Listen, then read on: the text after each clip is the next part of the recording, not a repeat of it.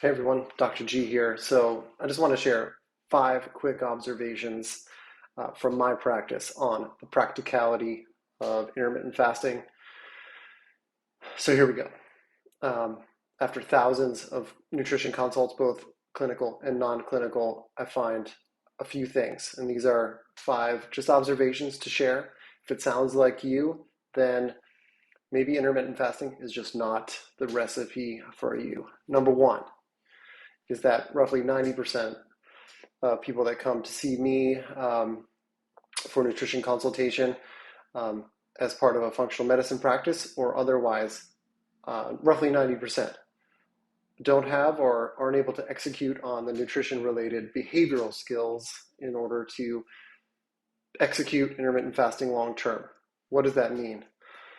That means a combination of things. Typically speaking, intermittent fasting kind of pulls us in a direction that we are managing our feeding times differently, which affects our ability to decision make and also kind of planning, sticking with portion sizes, all of some of the kind of like psychosocial and emotional relationships with food is part of that kind of behavioral bucket of skill set. And so what I find is it's just overcomes people's capacity for those skill execution over time.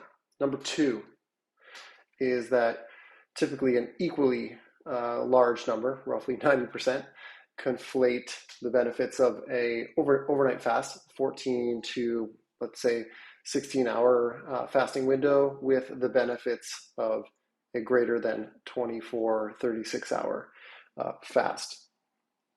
Now, without getting too technical or specific, the research out there is going to say various things.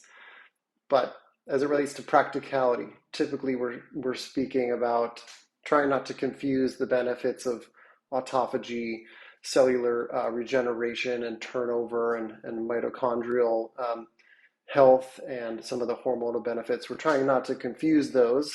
I guess I would say the magnitude of benefit of that.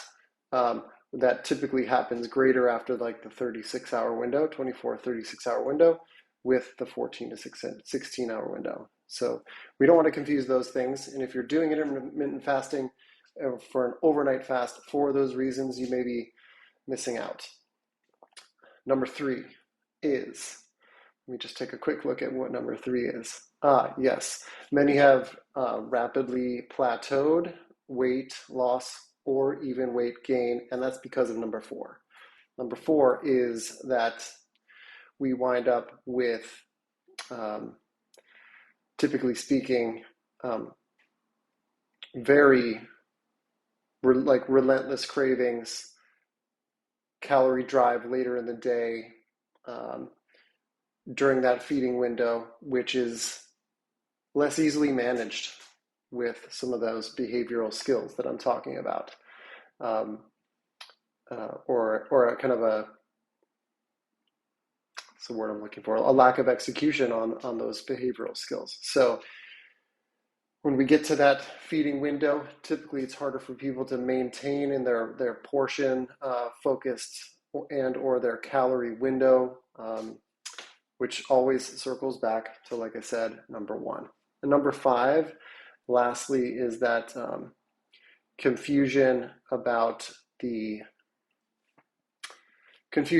nutrition-related behaviors tends to kind of start to spiral in that case.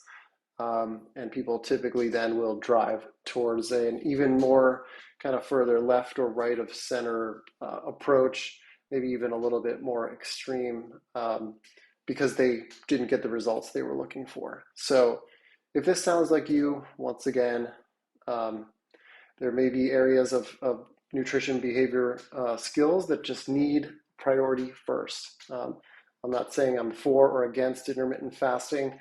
I think some people do it very well. But what I notice in my practice is that it's the percentages don't favor that practicality for a large portion of the people who come to see me. So if it sounds like you, focus on the principles, the fundamentals of of good nutrition preparation, decision making, and behaviors.